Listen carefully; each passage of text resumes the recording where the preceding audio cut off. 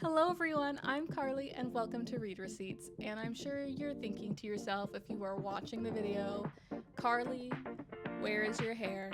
Fear not, it is in a bun. But in all seriousness, you're probably wondering, where is Sam? Notably, the title of this podcast is called Read Receipts with Carly and Sam. So, a little bit of news. Sam is temporarily stepping away from the podcast. She has some things going on in her life and needs to take a bit of a break. I can't really give a whole lot of other information at the moment as far as when and, any other expectations going forward for the podcast, but we're going to try and push through. I do believe in some capacity Sam will be back on the podcast. I just can't really promise when and how. So in the meantime, we're going to be kind of raw dogging this podcast for a little bit because, I'm at the wheel. I have full control right now. We're going to be kind of just doing whatever. We're going to be playing it by ear. Probably you're going to find out what book we're reading in the next book club episode during this episode, which I guess is technically what it already was like. But in my mind, we haven't planned out as far ahead. So it feels like we're just in completely new terrain. But even though Sam is not here to talk a little bit about this book that we had planned on talking about, I'm going to go ahead and talk about it to the best of my ability because we told you guys that we were going to talk about this book and read this book, so might as well stick to it. So in summary, TBD on what exactly this podcast is going to look like from episode to episode, but I promise it'll still be fun. We're still going to have a good time. There might be new guests, there might be new different ideas, but I think it's still going to be a lot of fun, so please stick around if you can. So now, as for this specific episode, I did think about scratching this episode because I'll admit I didn't like this book. But what book are we talking about? We are talking about Everything I Know About Love by Dolly Alderton. So to give you guys a back of the book summary, as we normally do before we jump into what exactly this book is all about, the wildly funny, occasionally heartbreaking, internationally best-selling memoir about growing up, growing older, and learning to navigate friendships, jobs, loss, and love along the ride. When it comes to the trials and triumphs of becoming an adult, journalist and former Sunday Times columnist Dolly Alderton has seen and tried it all. In her memoir, she vividly recounts falling in love, finding a job, getting drunk, getting dumped, realizing that Ivan from the corner shop might just be the only reliable man in her life, and that absolutely no one can ever compare to her best girlfriends. Everything I Know About Love is about bad dates, good friends, and above all else, realizing that you are enough. Glittering with wit and insight, heart and humor, Dolly Alderton's unforgettable debut weaves together personal stories, satirical observations, a series of lists, recipes, and other vignettes that will strike a chord of recognition with women of every age, making you want to pick up the phone and tell your best friends all about it. Like Bridget Jones's diary, but all true, Everything I Know About Love is about the struggles of early adulthood and all of its terrifying and hopeful uncertainty. So, that is the summary of the book. If you are interested in reading the book and you haven't yet, before you continue into this podcast, highly recommend stopping here and reading the book, and then you can come back to dish with us. But I will be honest, this might be an episode where you don't really need to listen or read the book, because I'm going to tell you right now, in my opinion, it really was not very good. And I actually can tell you from my own personal conversations with Sam that she kind of felt similarly. We both were reading this book intending to, be on the podcast to talk about it. And the last time we checked in, we were like, yeah, this is not what we thought it was going to be. So, also, normally around this time, we would give you a bit of an idea of the characters in the book. I will be honest. I was a little bit confused about which people were going to, stick around, so I didn't take note of them. So we have Dolly, we have Farley, we have Scott and Florence, and those are the only people that I really paid recognition to. She has other friends, but unfortunately I didn't write down their names because I wasn't really sure that they were going to play a bigger role, and by the time I realized it, it was too late. I was trying to take notes, I was having a hard time with this book. So, to sort of give you an idea of how I rated the book, I might have given it 2 stars, but to be honest, it was really a 1-star read for me. So I will say before we continue further, if you actually did like this book, I would just bow out because I personally don't like listening to people, talk poorly about things that I like. So if that's you, just go ahead and bow out because I'm not going to hold back on my feelings. So I want to talk a little bit about why it is that I didn't really like the book. And I think that there are a few reasons that are kind of to be expected, to be honest. So Dolly Alderton is a British author, journalist, writer. And so, because of that, and because this is a memoir about her life, a lot of it does take place in England. And you wouldn't necessarily expect it to be a problem, but personally, for me, I found it a little bit difficult at times to connect with a book because a lot of it did seem to kind of depend both on like geographically where things are in England as well as just even some of the like lingo and words that are just not as commonly used in America. So I wasn't really as sure what she was sort of saying, I guess. And granted, it's not that I'm necessarily expecting her to cater to me as an American reader. Obviously, that is not what I'm saying. It's just that unfortunately, I think especially because I feel like a lot of these things, it felt like really popped up in the beginning of the book. I think that's when I want to be sort of grabbed and my attention to be caught. And so, because of that, like it was kind of like poor timing for that stuff to come up, and therefore made it a little bit harder for me to relate to what was going on. Which I understand this is like a little bit of a minor thing, but it does just make me laugh whenever, she shares stories about being like, I traveled to this place and everyone's like, Dolly, what are you doing? This is so crazy. And it's like, well, how far is it? Like in England, how far could it be? It's probably like 20 minutes, which is not that crazy of a distance if you're in America. Like that's how long it takes to get to my parents' house. So, I just couldn't help but be like, I don't know. It's just like, even if I did know the facts of like how far these two places were that she was traveling between, what are the odds that I'm going to just be like, well, okay, and, like, it's just kind of a cultural difference that's like, well, the point of the story is not really sticking the landing with me. Another thing that I didn't really like about the book also is just, again, and part of the reason why it's a problem is because it's happening early on in the book.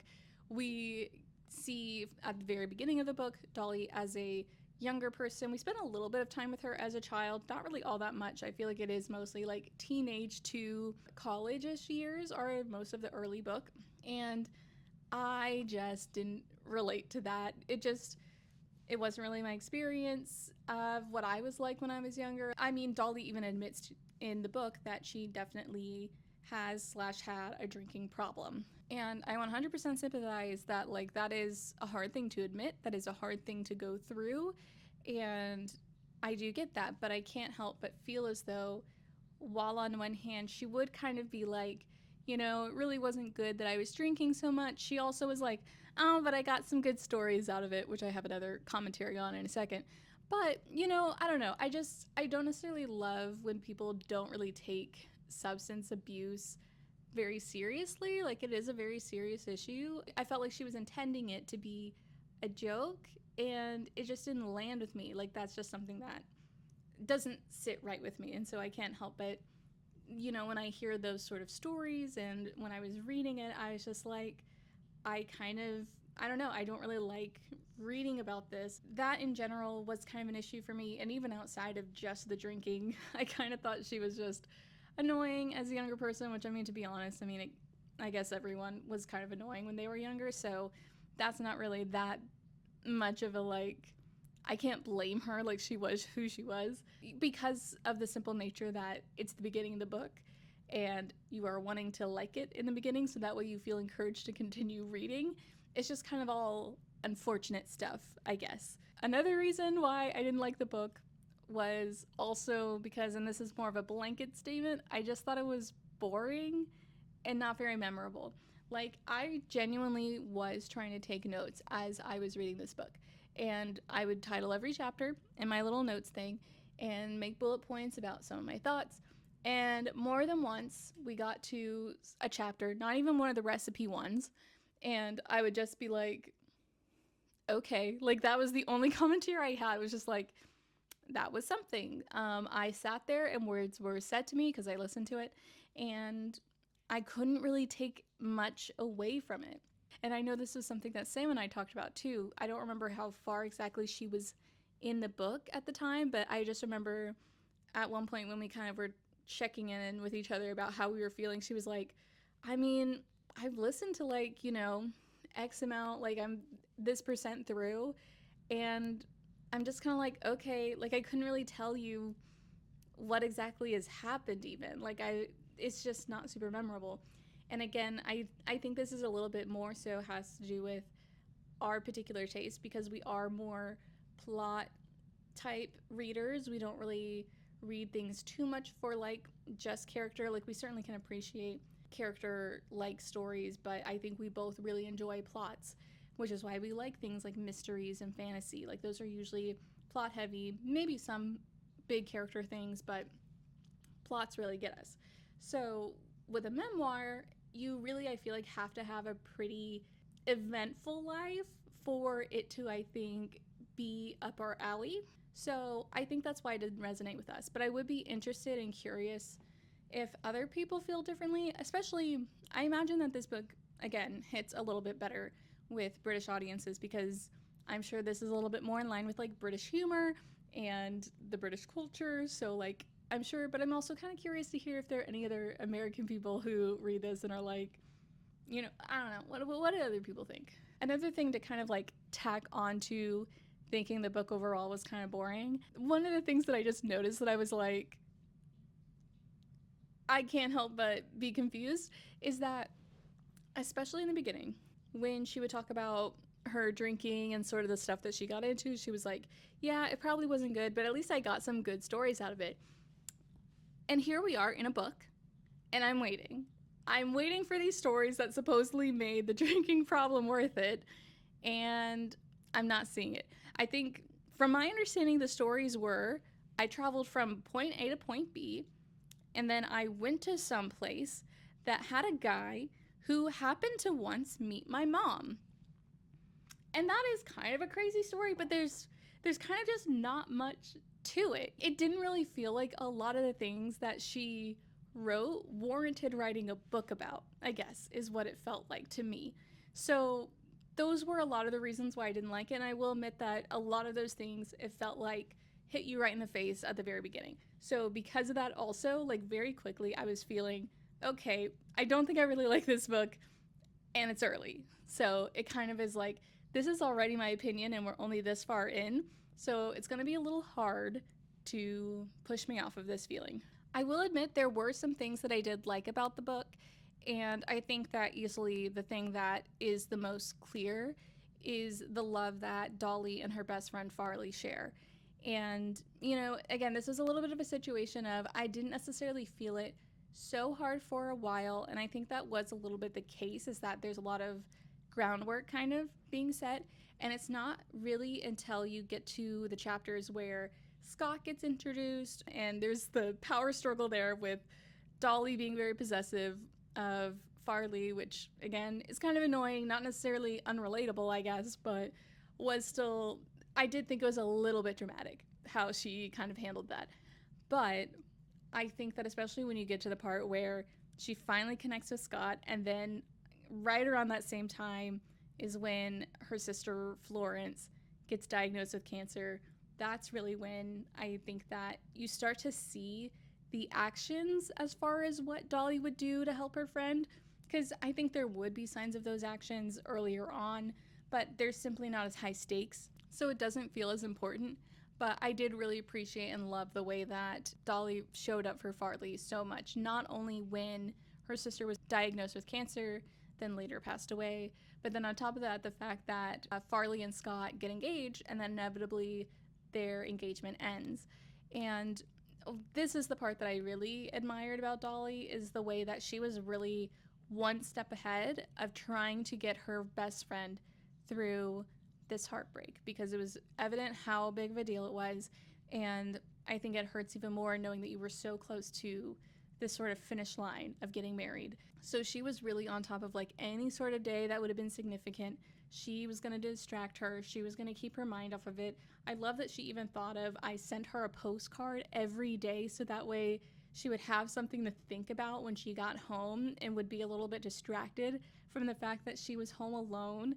Like, that is some next level thinking about someone. And I think that that is truly the moment where it's like, you can't help but be like, this is beautiful. Like, that is such a sweet and thoughtful friendship that they share.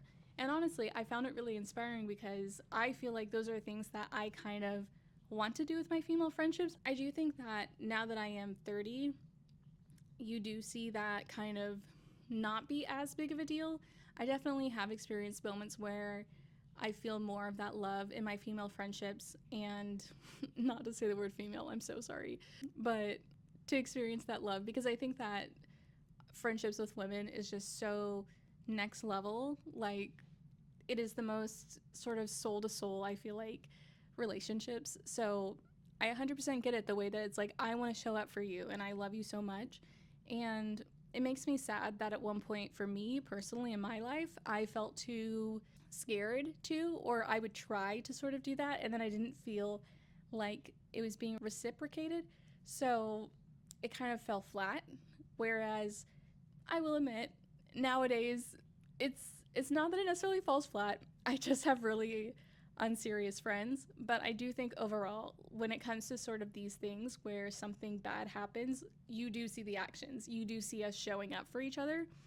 And that's ultimately what matters. And that is really what I loved about this book, and seeing that sort of thing, because it's one of those things that you really, like, I don't know if men exactly feel this the same way about their male friendships, because women are just so diehard for each other, and I love that about us. I did also really like the opening chapter about Dolly's sort of beliefs about what she thought about love as a child. I meant to look it up because I wanted to be able to reference it, and then I forgot to because everything turned out differently.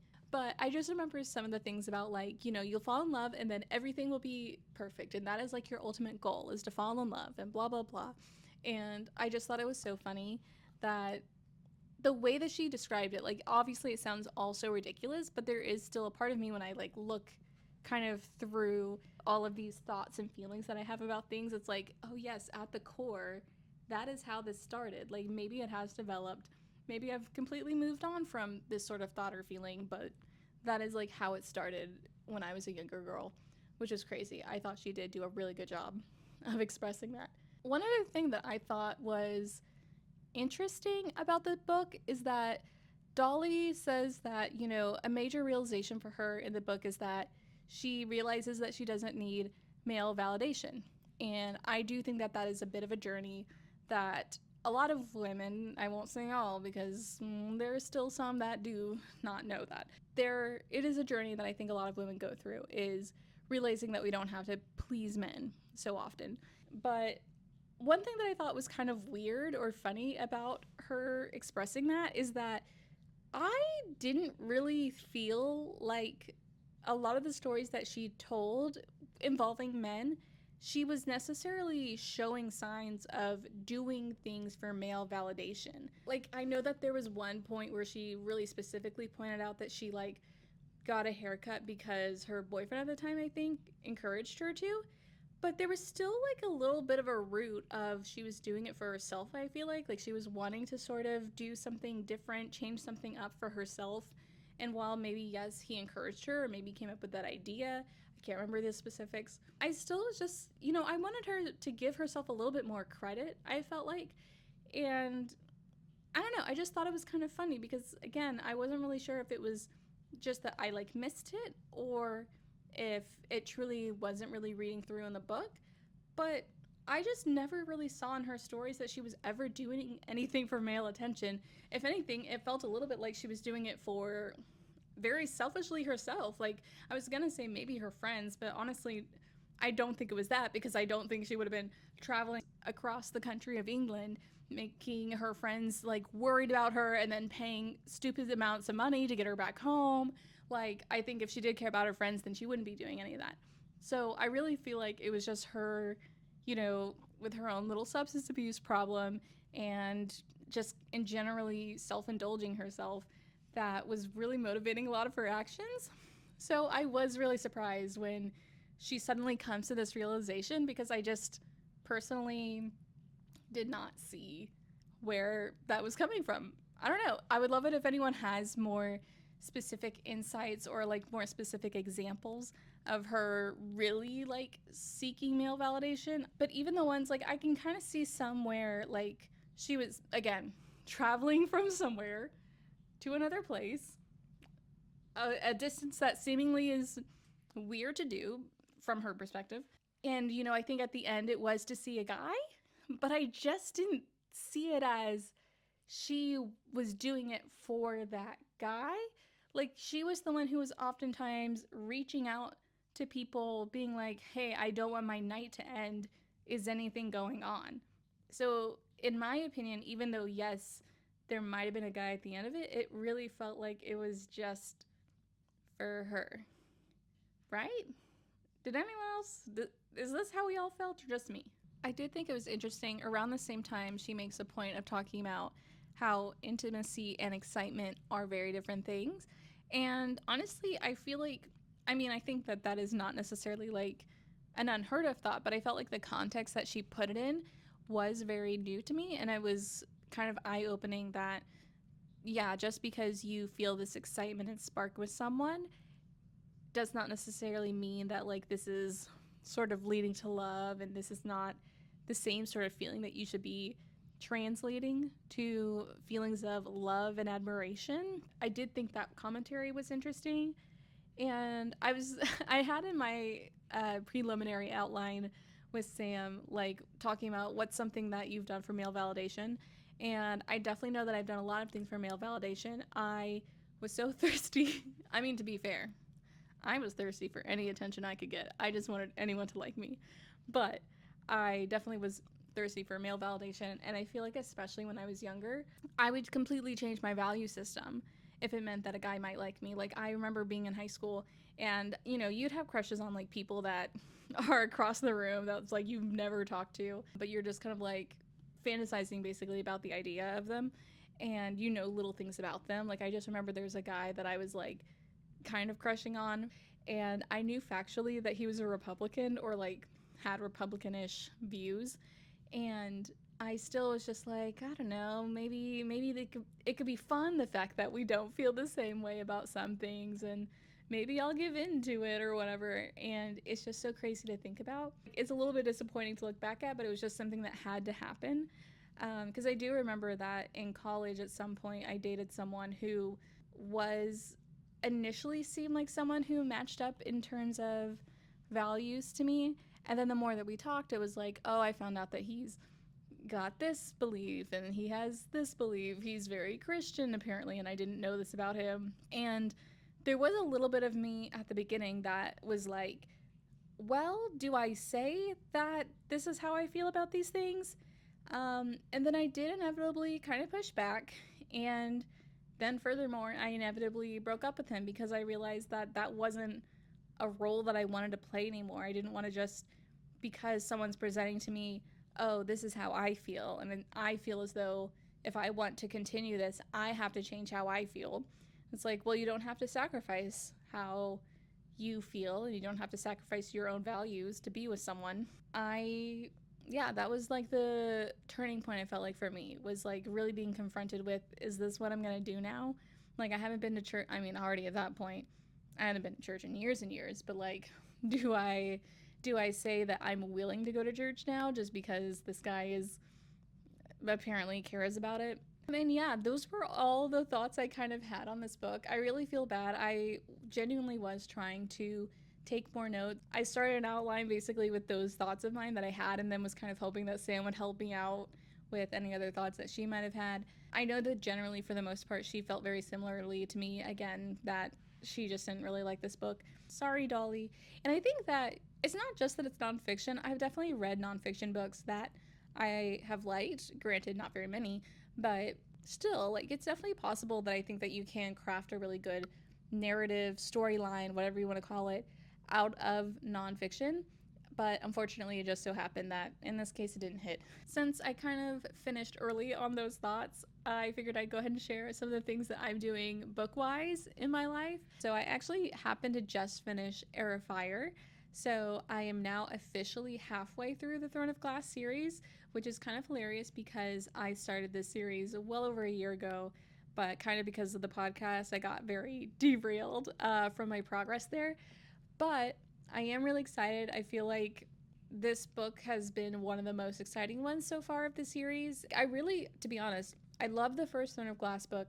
And then I kind of, with each book, had been a little bit like, okay, like I was waiting for more information.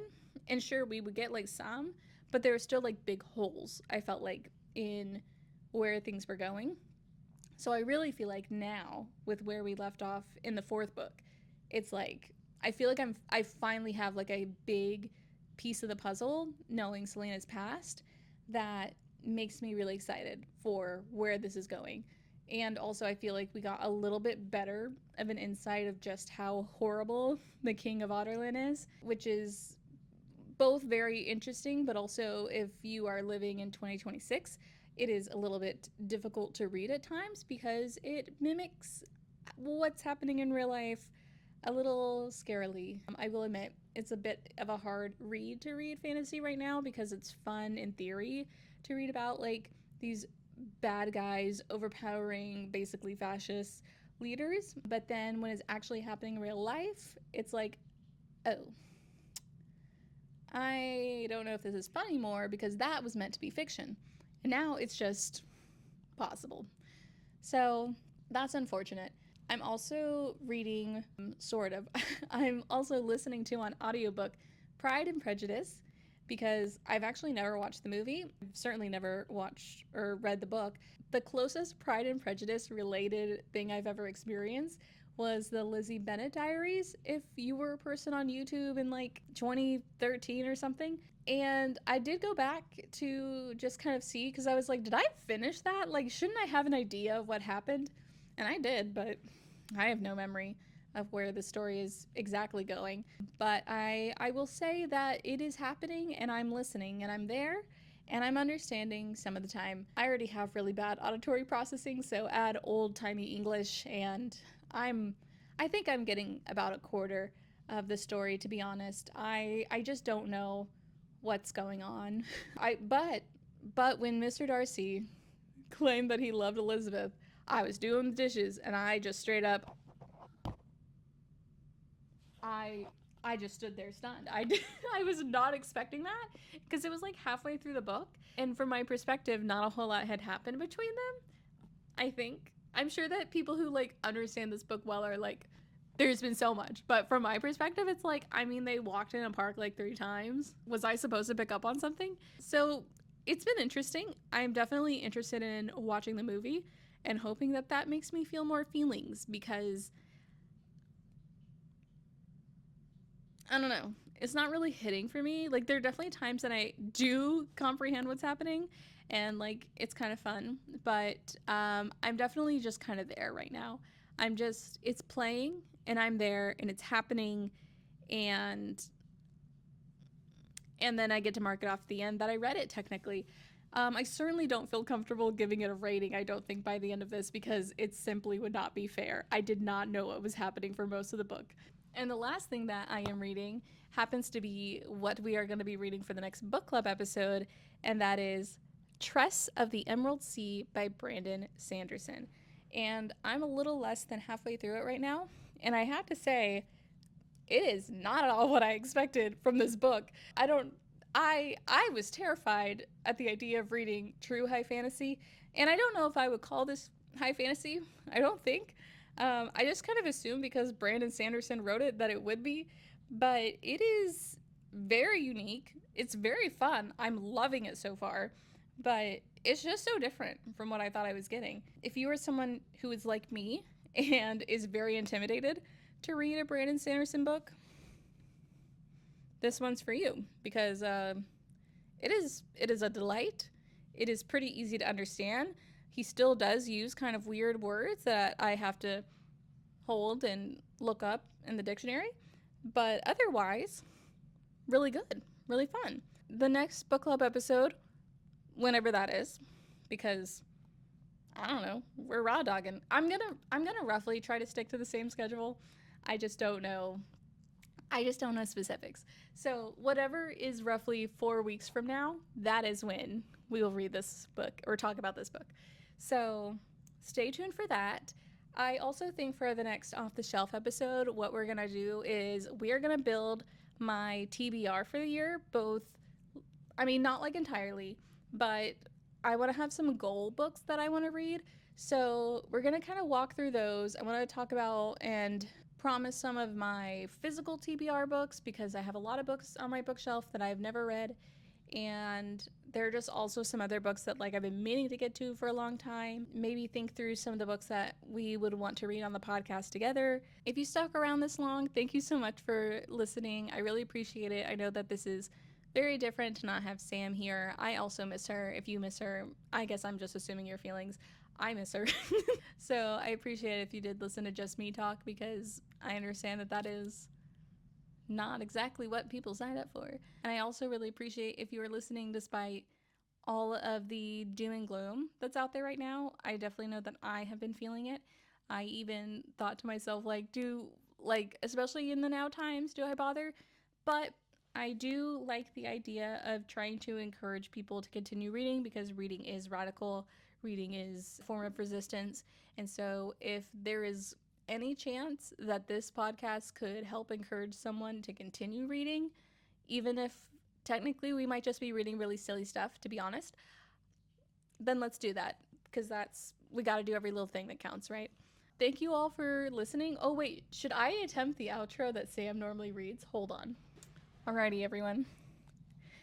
Thank you for listening to the latest episode of our hit podcast, Read Receipts with Carly, just for now.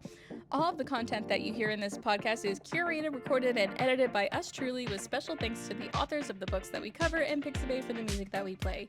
Make sure to subscribe to the podcast wherever you like to listen. For more of our content in between shows, you can find us at the Read Receipts Pod on Facebook. Not really. We're technically on there, but we don't post anything. Don't even bother with that one.